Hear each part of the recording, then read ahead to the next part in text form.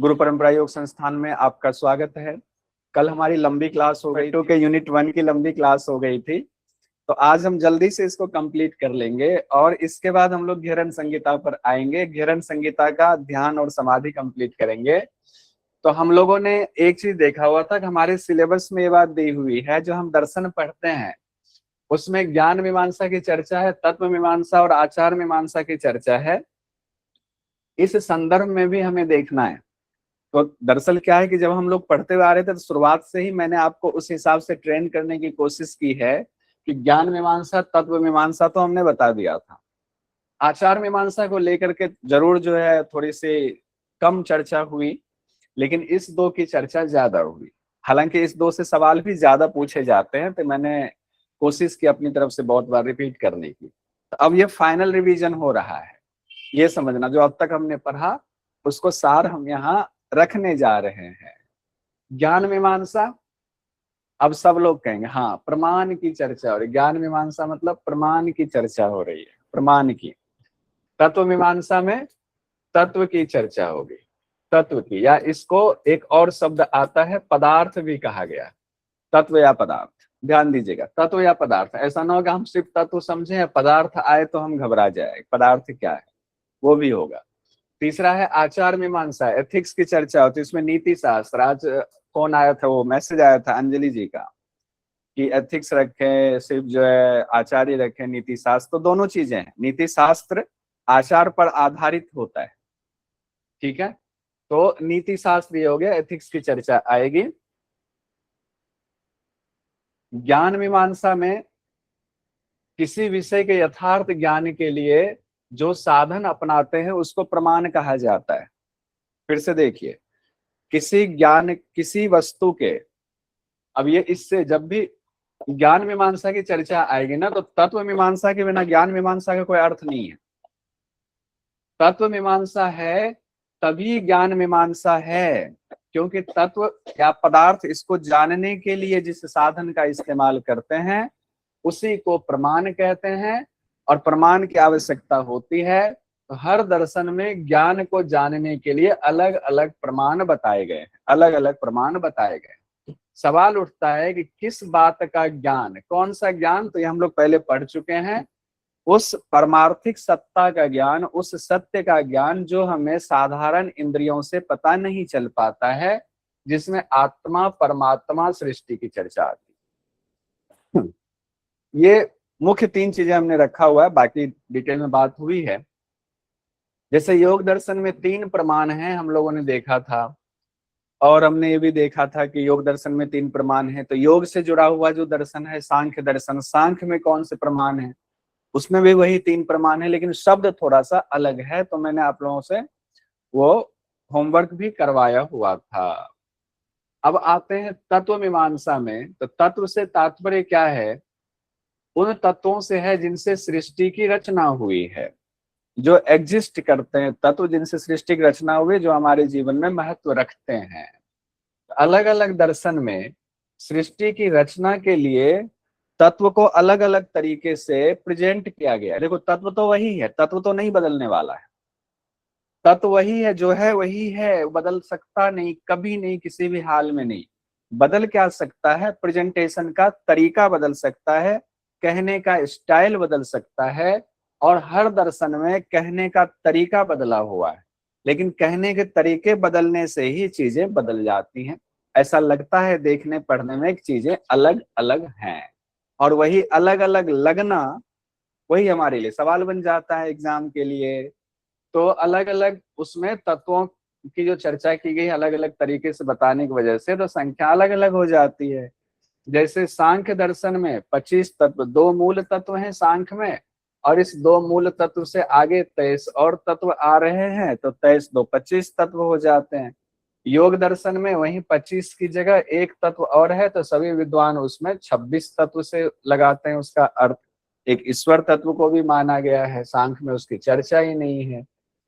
अगर हम आए आचार मीमांसा में, तो हम लोगों ने इतना डिटेल नहीं पढ़ा है इस बार कि हम आचार मीमांसा के बारे में बहुत बात कर पाए, या उस एंगल से हम इसको, हमने नोट्स भी नहीं बनाया था। आचार मीमांसा क्या होता है कि आप हैं, हम हैं, जो भी हैं, हमें मुक्ति चाहिए, और मुक्ति चाहने के लिए हम गुरु के पास चले भी गए। गुरु ने उपाय बताया, हम उपाय को अपना भी रहे हैं, लेकिन हम जीवन तो जी रहे हैं इस संसार में। तो जब हम जीवन जी रहे हैं तो हमारे साथ में हो सकता है, अगर हम गृहस्थ हैं तो हमारे बाल बच्चे होंगे, हमारे पिता माता होंगे, हमारा समाज होगा, पड़ोसी होगा, सब होगा। हम एक व्यवस्था से बंधे होंगे। और अगर हम सन्यासी भी हैं, गृहस्थ नहीं भी हैं, तो सन्यासी हैं तब भी सन्यास का अपना एक अलग धर्म होता है। सन्यास का भी धर्म होता है, वानप्रस्थ का भी धर्म होता है, और जो पहला आश्रम है हमारा, उसका भी धर्म होता है। पहला आश्रम कौन सा है? ब्रह्मचर्य का। तो ब्रह्मचर्य आश्रम का भी अपना धर्म होता है। सबके धर्म होते हैं। उस धर्म का पालन करना वेद के हिसाब से, चूंकि हम वैदिक दर्शन पढ़ रहे हैं, वेद के हिसाब से, उन धर्मों के हिसाब से चलना, वही नैतिकता कही गई। तो हर दर्शन की अपनी नैतिकता दी हुई है। एक व्यक्ति समाज में अच्छे बुरे कर्तव्यों का कैसे चिंतन करता है, कैसे वो रहता है, कैसे जीवन जीता है, तो वो दर्शन में से संबंधित जो उसमें बातें कही गई हैं, जैसे कि मान लीजिए योग दर्शन है, यहाँ चार्वाक लिखा हुआ योग दर्शन है, तो योग दर्शन में आपके लिए बहुत सुंदर बातें कही गई है। क्या कही गई है? पुरुषार्थ, वो नहीं, क्या भावना चतुष्टय की एक बात की गई है। भावना चतुष्टय एक चीज वहां पर ये बहुत फोकस किया गया है। उसके बाद अष्टांग योग में यम नियम पर बहुत फोकस किया गया है। खास करके यम नियम में एक सेल्फ डिसिप्लिन है और एक सोशल बिहेवियर है आपका यम नियम में। जिसमें समाज से जुड़ने वाली बात है वो सोशल बिहेवियर वाला है। वो दोनों एथिक्स के अंतर्गत आएगा। भावना चतुष्टय पूरी तरह अपनी बात सिर्फ नहीं है, वो समाज से कैसे जुड़ करके किसके प्रति क्या व्यवहार होना चाहिए वो सिखा रहा है, वही एथिक्स है। सिंपल। जैसे एक है चार्वाक दर्शन, ये तो खैर वैदिक दर्शन नहीं है, ये तो नास्तिक दर्शन है, वेद के प्रमाण को नहीं मानता है। तो इसमें सिर्फ काम को पुरुषार्थ माना गया है, और इस दर्शन के बारे में ज्यादा चर्चा करने की जरूरत है नहीं, सब लोग जानते हैं कि इस दर्शन में कैसी कैसी बातें की गई हैं। तो चार्वाक दर्शन में एथिक्स कुछ अलग ही है, बाकी दर्शनों का एथिक्स थोड़ा अलग अलग है। अब हम लोग एक बार देखते हैं, अब अलग अलग दर्शनों में हम लोग प्रमाण का तुलनात्मक अध्ययन करते हैं। जैसे प्रमाण का तुलनात्मक अध्ययन करेंगे तो वो हो गया आपका कि ज्ञान मीमांसा का तुलनात्मक अध्ययन हम लोग कर रहे हैं। और ये हमने आपको कल भी एक इंडिकेशन दिया था कि पेपर 1 में भी ये चीजें हैं। भारतीय दर्शन में कुल मिलाकर के 6 प्रमाण की चर्चा होती है। कुल 6 प्रमाण ही है, मैक्सिमम प्रमाण कितने हैं? 6। अब इसी 6 प्रमाण में से कोई दर्शन 3 प्रमाण मान रहा है, कोई 6 के 6 मान रहा है, कोई 2 ही मान रहा है, कोई 3 भी मान रहा है, 6 भी मान रहा है, 5 भी मान रहा है। हम लोगों ने ये सब पढ़ा हुआ है, तो एक बार रिवीजन देखिए। पहले तो 6 प्रमाण कौन से हैं? प्रत्यक्ष, अनुमान, उपमान, आगम, अर्थापत्ति, अनुपलब्धि, ये 6 प्रमाण हैं। सबसे पहले सांख्य दर्शन पर आते हैं। सांख्य दर्शन में 3 जो प्रमाण है, प्रत्यक्ष, अनुमान और आप्तवचन कहा गया है। क्या कहा गया है? दृष्टम, अनुमानम, आप्तवचनम, यही 3 प्रमाण है। दृष्टम, अनुमानम, आप्तवचनम। शब्द पर गौर कीजिएगा, बात वही सांख्य वाली ही है, लेकिन योग वाली ही है, योग दर्शन वाली, लेकिन शब्द के हिसाब से हो सकता है एग्जामिनर कंफ्यूज करे। और योग दर्शन में क्या है? प्रत्यक्षानुमानागमा प्रमाणानि, प्रत्यक्षानुमानागमा प्रमाणानि, प्रत्यक्ष, अनुमान और आगम, प्रत्यक्ष, अनुमान और आगम, ये 3 चीजें। फिर हम आते हैं न्याय दर्शन में। न्याय दर्शन में प्रमाण कितने हैं? तो न्याय दर्शन में 4 प्रमाण हैं, प्रत्यक्ष, अनुमान, उपमान और आगम। प्रत्यक्ष, अनुमान, उपमान और आगम। आगम को शब्द कहा गया। न्याय दर्शन के 4 हैं। न्याय ने अर्थापत्ति को अनुमान के अंतर्गत ही माना है। ठीक है, अब इससे आगे बढ़ते हैं हम लोग। बाकी और डिटेल हम लोग पहले पढ़ चुके हैं। वैशेषिक दर्शन है, 2 ही प्रमाण मानते हैं, प्रत्यक्ष और अनुमान, लेकिन शब्द और उपमान को अनुमान के अंतर्गत ही इन्होंने मर्ज कर दिया हुआ है, ये ध्यान दीजिएगा। लेकिन मुख्यतः 2 ही प्रमाण है, प्रत्यक्ष और अनुमान प्रमाण।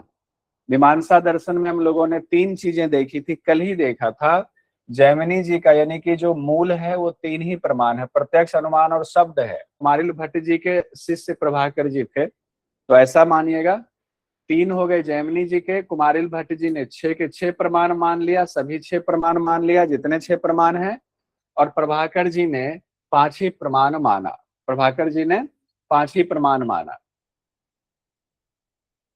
तो उसमें इन्होंने छठा को नहीं माना। प्रभाकर जी ने छठा जो प्रमाण है, छठा प्रमाण उसको नहीं माना है। आइए अनुपलब्धि को।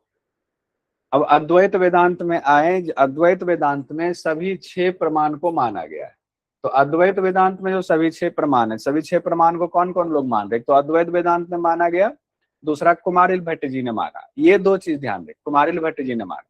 बाकी भी आपको लिखना है तो कहीं शॉर्ट में लिख लीजिएगा, एंड टाइम में आप इसको ढूंढते रहेंगे नहीं मिलेगा। इसलिए मैंने कहा था स्पेशल डायरी भी एक बनाइए। मैंने 2-3 चीजें इस बार बोली हुई, पहले तो मैंने सिर्फ स्पेशल डायरी बोला हुआ था पहले बैच में, इस बार हमने बोला स्पेशल डायरी भी कीजिए या अपने नोट्स में हाईलाइट कीजिए। दूसरा हमने इस बार बोला हुआ है कि आप जो क्वेश्चन मैं देता हूँ रोज होमवर्क, उसकी अलग बना लीजिए। लास्ट में आपके लिए वो क्रीम रहेगा, क्रीम, वो आपको इतना आनंद देगा जब लास्ट में 15 दिन आप पलटेंगे तो मजा आ जाएगा। तीसरा हमने बोला था, अगर आप में से कोई फॉलो कर रहे होंगे तो हमने कहा था एक रफ कॉपी भी लिखो, जो चीज याद नहीं होगा रफ कॉपी निकालो, याद करो, लिखो, रफ कॉपी साइड कर दो, कोई बात नहीं। रफ कॉपी के लिए किया हुआ है अंजलि जी? ठीक है, बहुत बढ़िया। अब हम आते हैं तत्व मीमांसा की नजर से देखें दर्शन को। तत्व मीमांसा कितने संख्या है, फटाफट बढ़ते हैं। सांख्य दर्शन में 25 तत्व, योग दर्शन 26 तत्व, इसमें ईश्वर आ गए तो ईश्वर की वजह से 26 तत्व हो गए, शेश्वर सांख्य हो गया। और देखिए सांख्य दर्शन का दूसरा नाम भी है अनिश्वर सांख्य, या ईश्वरवादी नहीं है ना सांख्य दर्शन। सांख्य दर्शन क्या ईश्वरवादी नहीं है, तो उस हिसाब से योग दर्शन क्या ईश्वरवादी है, इसीलिए इसको शेश्वर सांख्य भी कहा जाता है, शेश्वर सांख्य, ये ध्यान रखेंगे। फिर आते हैं हम लोग न्याय में। न्याय दर्शन में, वैसे तो न्याय दर्शन क्या है, ज्ञान मीमांसा प्रधान ही है। न्याय दर्शन ज्ञान मीमांसा प्रधान है, तो न्याय ने वैशेषिक की तत्व मीमांसा को लगभग लगभग कंप्लीट स्वीकार कर लिया हुआ है, लेकिन पदार्थ की संख्या इन्होंने 16 बताया है। स्वीकार तो कर लिया लेकिन प्रेजेंटेशन किया 16 के रूप में, तो ये 16 ध्यान रखिएगा। कितने पदार्थ हैं? 16 पदार्थ इन्होंने लिया हुआ है। के 16 पदार्थ एक बार फिर से देख लीजिए। प्रमाण, प्रमेय, संशय, प्रयोजन, दृष्टांत, सिद्धांत, अवयव, तर्क, निर्णय, वाद, जल्प, वितंडा, हेत्वाभास, छल, जाति और निग्रह स्थान, लास्ट वाला निग्रह स्थान था। वैशेषिक दर्शन के 7 पदार्थ बताए गए हैं। वैशेषिक दर्शन के 7 पदार्थ हैं, द्रव्य, गुण, कर्म, सामान्य, विशेष, समवाय और अभाव। अभाव जो है ये 7वां पदार्थ है, पहले 6 ही पदार्थ था, 7वां पदार्थ इसको जोड़ा गया है। कनाद जी ने अभाव को पदार्थ नहीं माना था, बाद के आचार्य ने इस अभाव को जोड़ा है, प्रशस्त पाद जी ने, हम लोग बात हुई थी। 9 द्रव्य बताए गए हैं, 9 द्रव्य भी बताए गए हैं। कौन से दर्शन की बात हो रही? वैशेषिक दर्शन के। 7 पदार्थ के अलावा 9 द्रव्य भी है, इसमें पंच महाभूत, काल, दिक्, आत्मा और मन है। एक जो इंपॉर्टेंट चीज यहाँ फिर से रिपीट कर दे रहे हैं, वैशेषिक दर्शन परमाणु को जगत का कारण मानता है। 4 परमाणु बताए गए हैं, पार्थिव, जलीय, तेजस और वायवीय। पार्थिव, जलीय, तेजस और वायवीय, ये प्रमाण की चर्चा थी। मीमांसा दर्शन में आते हैं। मीमांसा में बहुत्ववादी वस्तुवाद का सिद्धांत है, बहुत्ववादी वस्तुवाद का। वो मानते हैं कि इस जगत के जड़ पदार्थ अनेक जीवात्मा, बद्ध और मुक्त सब सत्य हैं। अब उनके लिए तत्व की चर्चा ही अलग, क्योंकि हमने मीमांसा में पढ़ा हुआ था। वो कहते हैं कि सृष्टि की रचना और खत्म, प्रलय वाली स्थिति नहीं होती है, हमेशा से था, है और रहेगा। ऐसा नहीं है कि किसी दिन बना, कैसे बना वो नहीं है, नष्ट हो जाएगा, खत्म हो जाएगा, ऐसा नहीं। वो इस सिद्धांत को मानते ही नहीं है मीमांसा वाले। मीमांसा वाले नहीं मानते, नहीं जैमिनी जी नहीं मानते हैं, वो सबको सत्य मानते हैं। इस जगत की ना तो सृष्टि हुई ना इसका प्रलय होगा, और ईश्वर के लिए भी कुछ खास स्थान उन्होंने नहीं दिया हुआ है, सूक्ष्म मान करके छोड़ दिया हुआ है।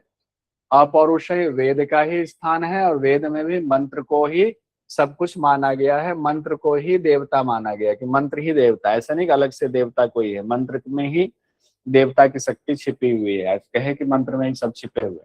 वेदांत दर्शन की तत्व मीमांसा मानेंगे तो एक ही मूल तत्व उन्होंने माना है, सिर्फ ब्रह्म को ही माना है, तो वही उन्हीं की सत्ता स्वीकार की है।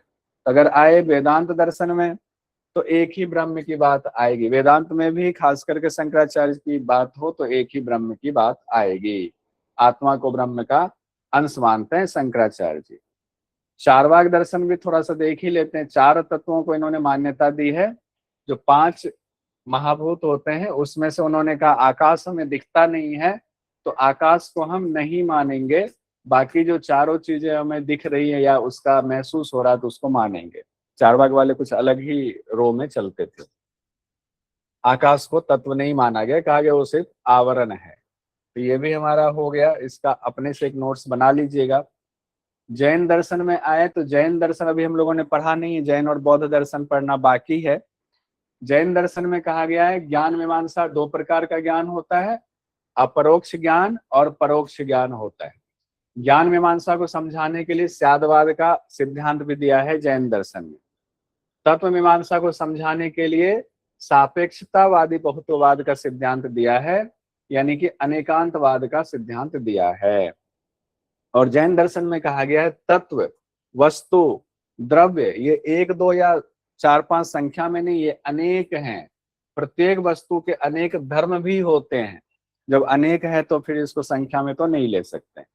सांख्य दर्शन की आचार मीमांसा, तो सांख्य मानता है कि तीन दुख होता है, आध्यात्मिक, आधि भौतिक और आधि दैविक दुख। इन्हीं तीन दुखों को दूर करने के लिए सारा उन्होंने दर्शन दिया हुआ है। और तीन दुख का कारण उन्होंने अज्ञान ही बताया है। अज्ञान की वजह से मानव सुख दुख को अनुभव करता है। और देखिए कितनी अच्छी बात है कि सांख्य दर्शन को देने वाले कपिल मुनि, जब उन्होंने अपना शिष्य ढूंढा था आसुरी जी को, 3000 साल तक इंतजार किया था, उनके पीछे पड़े रहे कि जब उनको दुख की अनुभूति होगी तो दुख दूर करने का मैं उपाय बताऊं। उपाय लेके घूम रहे हैं शिष्य के लिए, उनको दुख की अनुभूति हो ही नहीं रही आसुरी जी को, जबकि दुख में वो फंसे हुए थे लेकिन दुख की अनुभूति नहीं हो रही थी। जिस दिन दुख की अनुभूति हुई उसी दिन कपिल मुनि ने पकड़ लिया अपने शिष्य को, कहा आओ शिष्य बनो, अब बताता हूँ दुख हुई है तो कैसे इसको दूर किया जाएगा। इसीलिए पदार्थों को तत्व के वास्तविक स्वरूप को जानने के लिए, पदार्थ या तत्व के हैं, किन्हीं का माइक खुला, अंजलि जी, स्वरूप को जानने के लिए साधन करने की बात कही है। कहाँ? सांख्य दर्शन में। तत्व अभ्यास कहा है सांख्य दर्शन में। इसके लिए योग दर्शन में अष्टांग साधन बताया गया यम नियम का, और सांख्य दर्शन में तत्व ज्ञान कहा गया है कि तत्व की साधना कीजिए, तत्व ज्ञान करेंगे। योग दर्शन में चित्त वृत्ति निरोध के लिए सारे उपाय बताए गए हैं, अभ्यास वैराग्य बताया गया है, क्रिया योग बताया गया है, अष्टांग योग बताया गया है, साथ ही इसमें भावना चतुष्टय है, भावना चतुष्टय, इसमें और एक दो चीजें बढ़ा लीजिए, भावना चतुष्टय बढ़ा लीजिए, यम नियम बढ़ा लीजिए, आचार उसमें एथिक्स वाले में यम नियम बढ़ा लीजिए, ये जरूरी है। न्याय दर्शन में आचार मीमांसा, तो न्याय में व्यवहारिक रूप में कहा गया है छल, जाति और निग्रह स्थान पर बल दिया गया है। उसमें बड़ा ये बात कही गई है कि किसी को नीचा दिखाने की कोशिश नहीं करनी है। न्याय दर्शन में जब हम लोग 16 पदार्थ पढ़ रहे थे तो उस दौरान ये चर्चा आई हुई थी छल, जाति और निग्रह स्थान का। तो मोक्ष के लिए कहा गया है कि मोक्ष के लिए नित्य नैमित्तिक निष्काम कर्म के नियम पूर्वक पालन कीजिए। नित्य नैमित्तिक और निष्काम कर्म का नियम पूर्वक पालन करने से मनुष्य का चित्त निर्मल हो जाता है, संसार के विषयों से तभी विरक्ति होगी, तब तत्व ज्ञान होगा। वैशेषिक दर्शन में अगर देखें, मोटा मोटा हम लोग देखते हुए चल रहे हैं, सुख का त्याग मोक्ष मार्ग का रास्ता खोलता है, और इसलिए ऐसा कर्तव्य करना चाहिए, ऐसा कर्तव्य हो जिसकी चर्चा दर्शन में दी हुई है, तब आपका मोक्ष मार्ग का रास्ता खुलेगा। वैशेषिक दर्शन में कहा गया सुख भी अंततः दुख ही है, सुख भी अंततः दुख। वैसे हर दर्शन में ये बात कही गई है तकरीबन, तो दुख से छुटकारा पाना ही मोक्ष है। तो दुख मतलब सुख दुख दोनों से छुटकारा पाना, उसी को मोक्ष कहा गया है।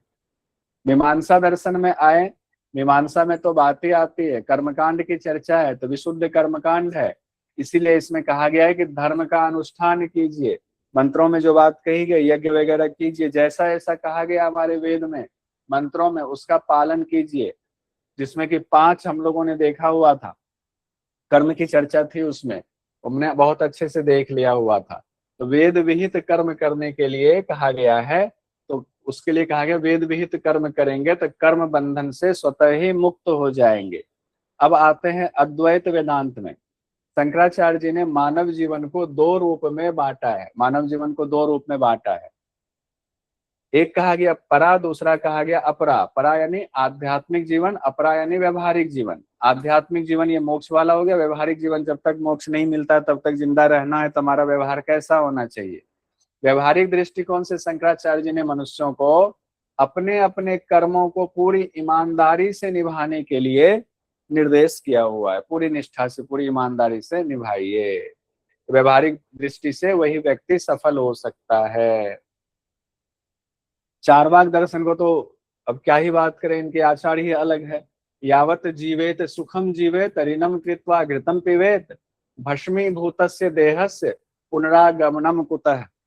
जब तक जियो सुख से जियो, ऋण लेना है तो ऋण लो और ऋण लेकर घी पियो, और जब शरीर ही भस्मीभूत हो जाए, ये देह खत्म हो जाए, तो पुनरागमन तो होना नहीं है, तो कौन आपसे पैसा वसूलने बैठा हुआ है।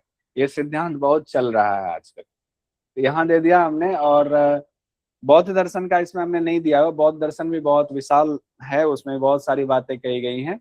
उसमें भी आचरण सन्यासियों के लिए अलग है, गृहस्थों के लिए अलग आचरण बताए गए हैं। जब बौद्ध दर्शन हम लोग पढ़ेंगे तो उसको हम लोग देख लेंगे।